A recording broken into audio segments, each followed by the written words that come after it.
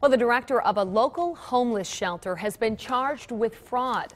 Pastor Manuelis Rico runs the Transformation House. It's located on Jefferson Street in downtown Green Bay. Rico's being charged with using residents' individual food share cards to buy food for the entire shelter. Fox 11's Kelly Schlicht has both sides.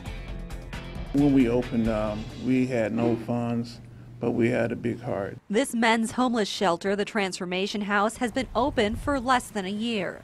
Its director, Manuelis Rico, says he didn't know he was committing fraud. When Fox 11 stopped by Tuesday, he said he didn't even know he was charged with 2 misdemeanors and 3 felonies for misusing food share quest cards. So we encouraged them, well, we helping y'all, help us to feed you, and so they would take and say, well, we want to use our we have food share, we can apply that. The Brown County Sheriff's Office says its Welfare Investigation Division looked into Rico after a former resident complained. He would take half of whatever monies were in the account for the purpose of supplanting, food items and other things at the shelter for the use of everybody and not the individual. We spoke to one of the residents here. He didn't want to go on camera, but he said he did give up his food share card voluntarily to the director.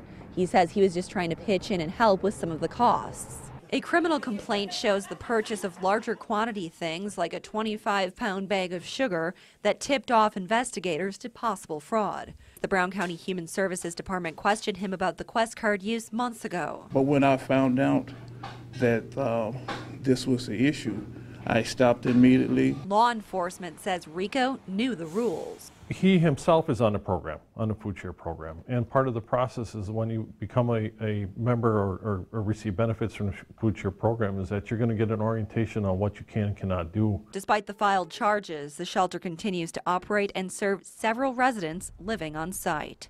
In Green Bay, Kelly Schlicht, Fox 11 News.